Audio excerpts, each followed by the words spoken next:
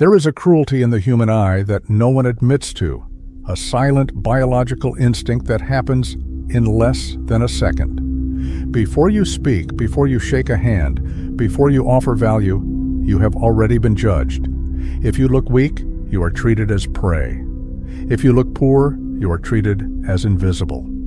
It does not matter how brilliant your mind is. It does not matter how pure your heart is. If your appearance signals lack, the world will conspire to keep you in lack. Machiavelli knew this 500 years ago. He warned us that the vulgar crowd is always taken in by appearances, and the world consists chiefly of the vulgar. You have felt this. You have walked into a room and felt the temperature drop. You have seen eyes glide over you as if you were furniture. You have seen lesser men, foolish men, wicked men be handed opportunities simply because they looked like they belonged, while you were left standing at the gate. This is not bad luck. This is the brutal geometry of perception. And until you master it, everything will work against you. Most people believe that poverty is a financial state. They are wrong. Poverty, to the human animal, is a scent. It is a signal of vulnerability, and nature hates vulnerability. When you look poor, and I do not mean ragged, I mean diminished, you trigger a predatory response in others. You invite them to cheat you. You invite them to ignore you. You invite the world to give you its scraps. But there is a way to hack this mechanism, a way to signal power before you possess it, a way to force the world to treat you with the reverence of a king, even if your pockets are empty. Machiavelli called it the mask of the prince. It is the art of weaponizing your image so that reality bends to fit your appearance. But to wear this mask, you must first understand the mistake you are making right now. The subtle, invisible signal you are broadcasting every time you walk out your door. A signal that tells the world, I am of no value. You can step on me. Once you stop sending this signal, the war changes, the resistance fades. But first, we must dissect why the world punishes the look of poverty with such violence. The world is not fair, it is efficient, and the human brain is the most efficient machine in existence. It does not want to work. It does not want to dig through the mud of your appearance to find the gold of your character. It wants a shortcut. Appearance is that shortcut. When you present yourself as unkempt, slumped, or apologetic, you are handing the world a verdict against you. You are saving them the trouble of judging you. You are saying, I have already given up, so you should give up on me too. Understand this. People do not despise the poor because they lack money. They despise the poor because poverty reminds them of failure. It reminds them of impotence. It is a contagion. When a man looks poor, he looks contagious, not with disease, but with bad fortune. And humans, superstitious creatures that they are, flee from bad fortune. Machiavelli observed that men judge generally more by the eye than by the hand. For everyone can see you, but very few have to feel who you are. Everyone sees what you appear to be. Few feel what you are. Think of the last time you saw a man in a stained shirt, shoulders hunched, eyes downcast. Did you wonder about his philosophy? Did you wonder if he was a genius poet? No. You labeled him a loser, broken, a void. You did it instantly. You did it without malice. You did it to save energy. Now imagine that man is you, because often it is.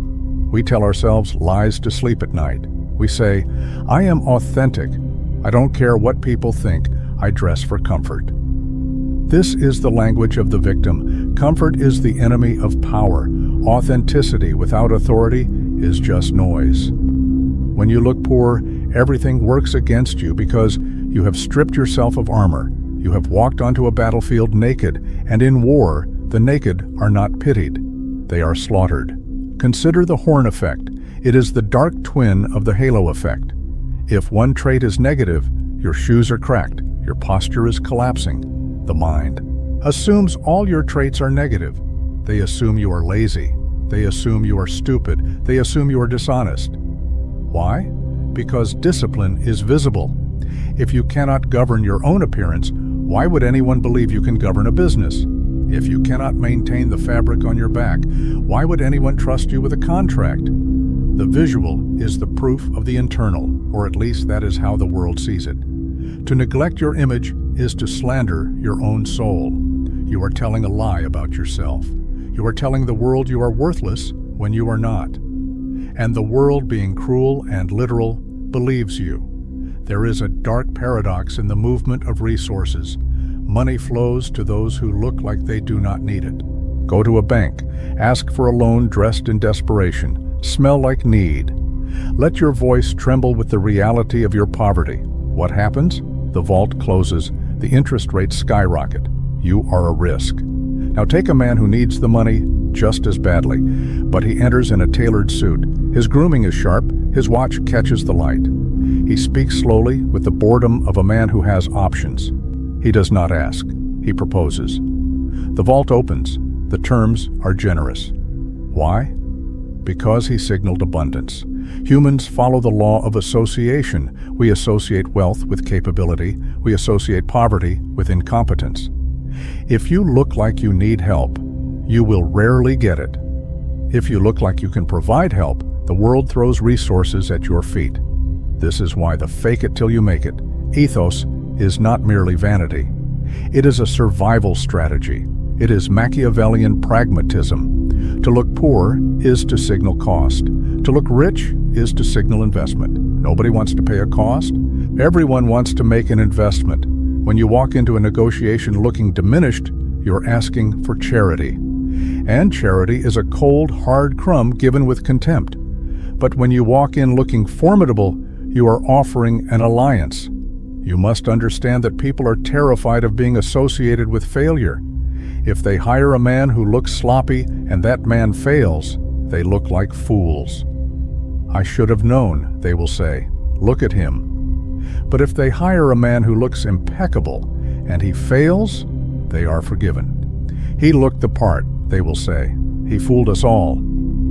Your appearance is an insurance policy for the decision makers. By looking the part, you lower the risk for others to bet on you. If you refuse to play this game, you are not being real. You are being arrogant. You are assuming the world owes you its time to discover your hidden value. The world owes you nothing. It is your duty to excavate your own value and paint it in gold so that the blind can see it. Machiavelli advised the prince to be a great simulator and dissimulator, to hide his true nature if it was disadvantageous, and to project the nature that was required. If you are hungry, you must look full. If you are anxious, you must look bored. If you are poor, you must look like you are merely traveling incognito. Because the moment they smell the blood of your need, the sharks begin to circle. Let us go darker. Let us look at the animal brain. Dominance hierarchies are not social constructs. They are biological imperatives. Lobsters, wolves, chimpanzees, and humans, we all scan for status. What happens when a wolf sees a sheep that is limping? Does it feel empathy? Does it think, poor creature, let me help it? No. The limp triggers the kill instinct. Human society is a sanitized version of this dynamic. We do not tear throats with our teeth. We tear them with lawsuits, with ridicule, with exclusion, with lowball offers. When you look poor, you are limping. You are signaling that you have no allies. You are signaling that you have no resources to defend yourself. You are signaling that if someone harms you, no one will come to avenge you. This is why the poor are over-policed, overcharged, and underserved. They are low-risk targets. If a merchant cheats a man in a bespoke suit, he fears retribution. He fears that man has lawyers. He fears that man has powerful friends. He fears that man can destroy his reputation with a whisper. If a merchant cheats a man in rags, he fears nothing. Who will listen to the ragged man? Who cares? By looking poor, you strip away your deterrence. You make yourself safe to exploit. I have seen men of great intellect destroyed because they did not understand this. They thought their work would protect them. They thought their loyalty would protect them. But they dressed like servants, so they were treated like servants. And when the budget cuts came, when a scapegoat was needed, the finger pointed to the man who looked like he couldn't fight back. Appearance is armor. It is a psychological force field that makes predators hesitate. Hesitation is all you need. In that split second of hesitation where they wonder, who is this man? Is he dangerous? Is he important? In that second, you win. You dictate the frame. But if there is no hesitation, if they look at you and instantly see a victim, the attack is inevitable. You might argue that this is unfair. You might argue that we should live in a world where character is king. You can argue with gravity as you fall from a cliff. It will not save you.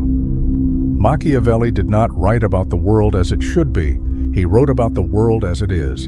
And in the world as it is, the man who neglects his armor dies.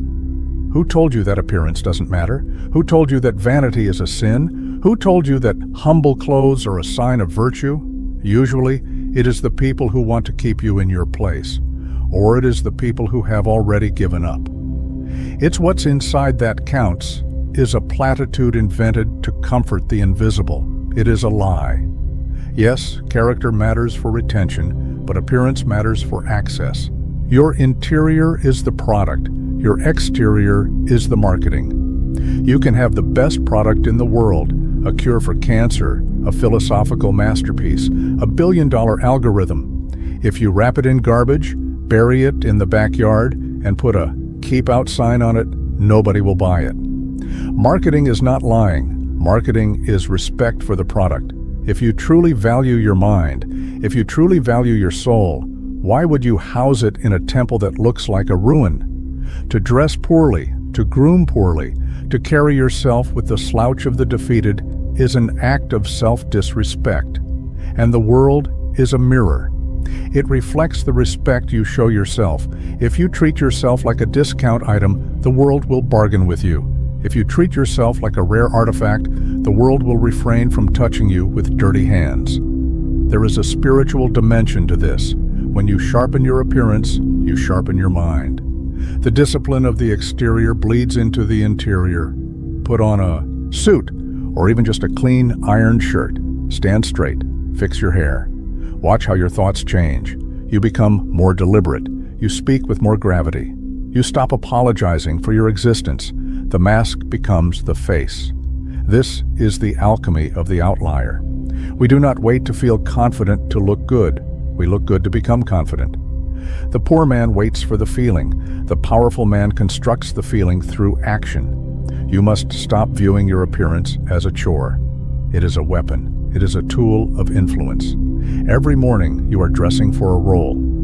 You are casting yourself in the movie of your life. Are you the extra, the victim, the comic relief?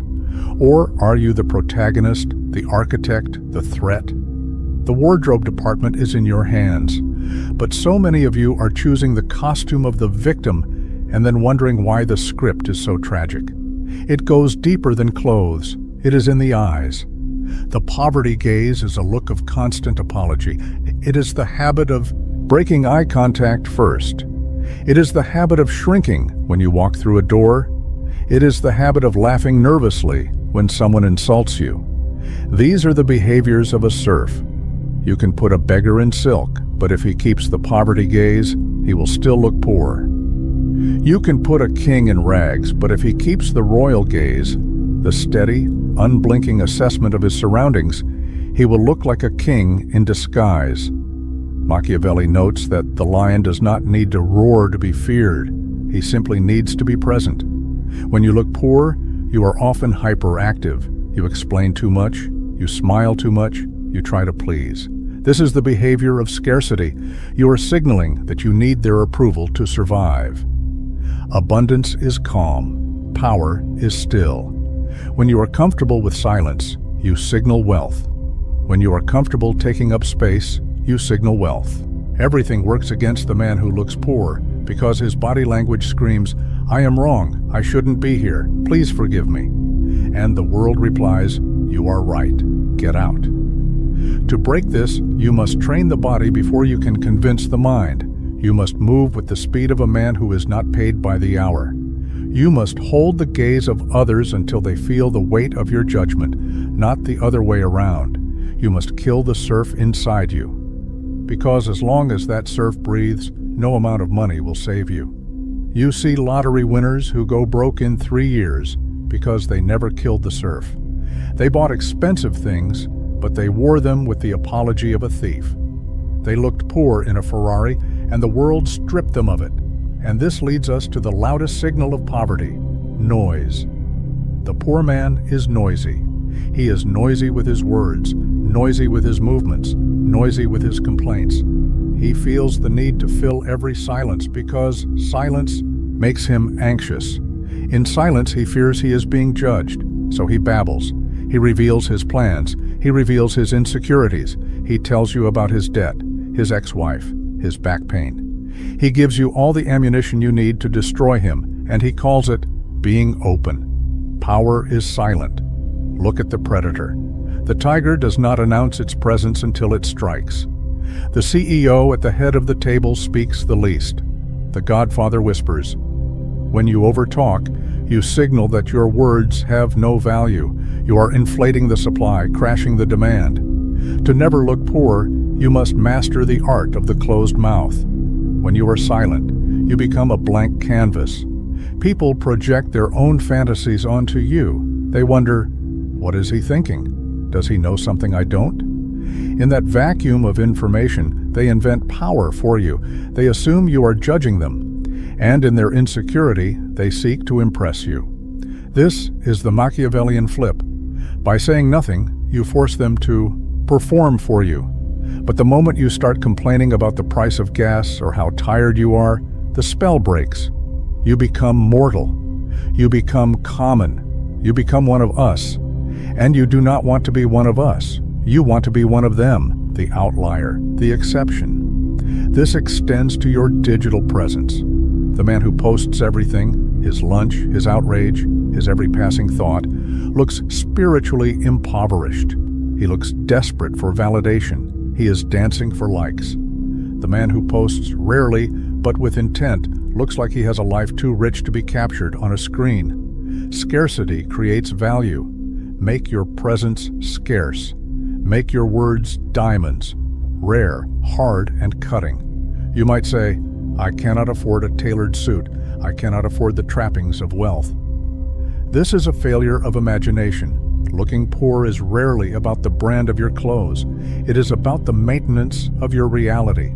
A man in a cheap shirt that is crisp, white, and perfectly tucked looks wealthier than a man in a $1,000 designer hoodie that is stained and wrinkled. Discipline costs nothing.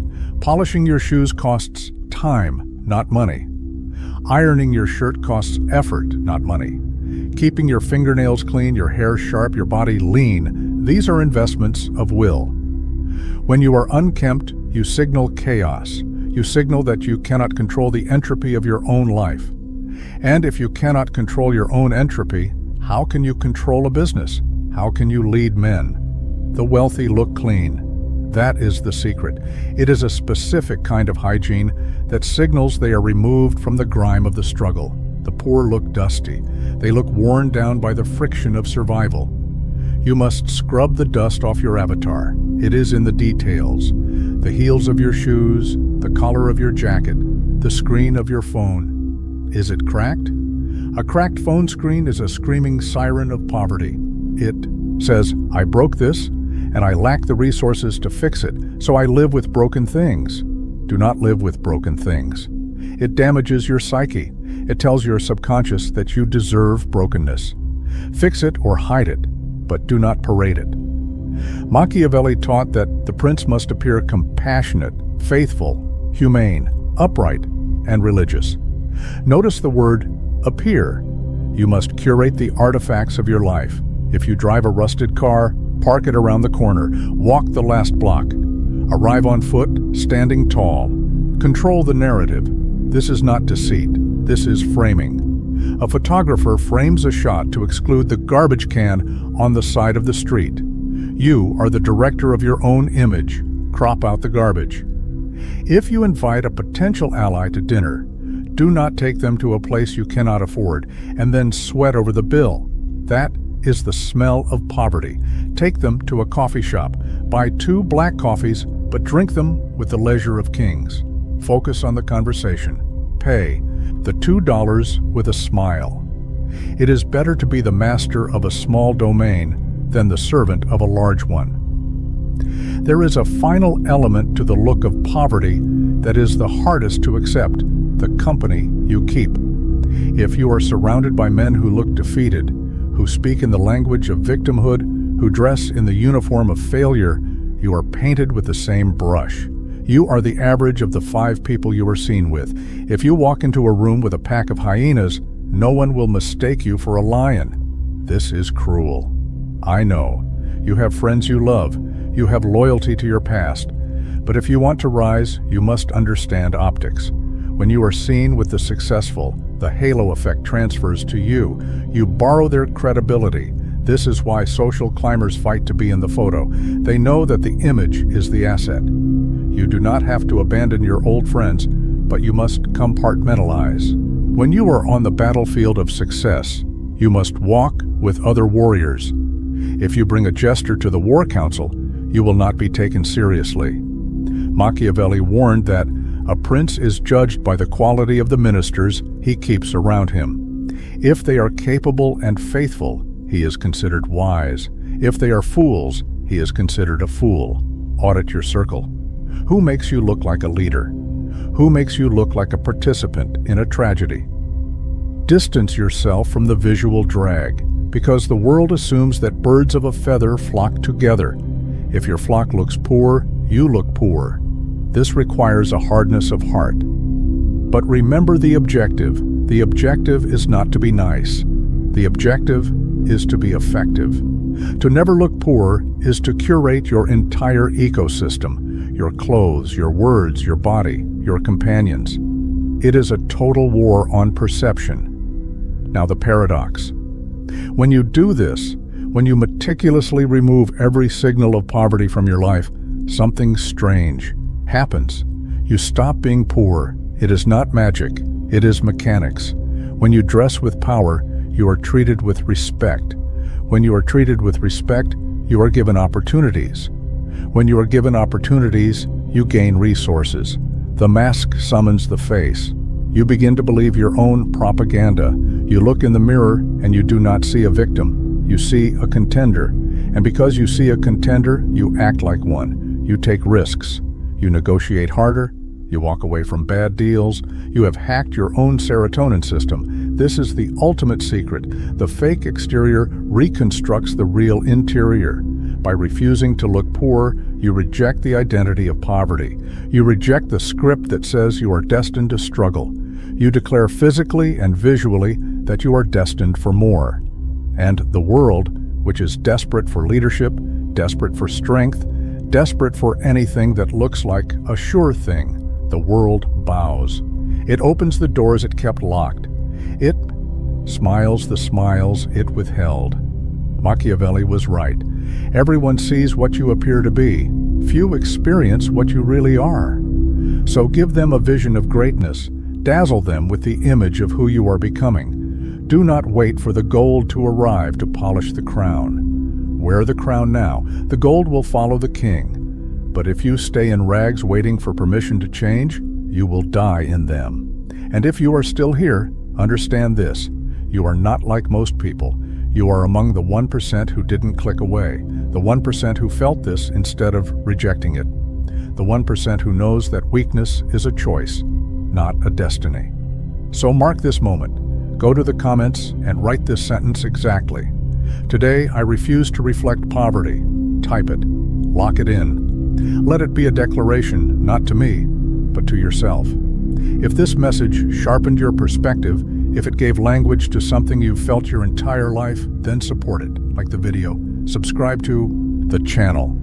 This channel is for those who choose strength, clarity, and power in a world that rewards none of them by default.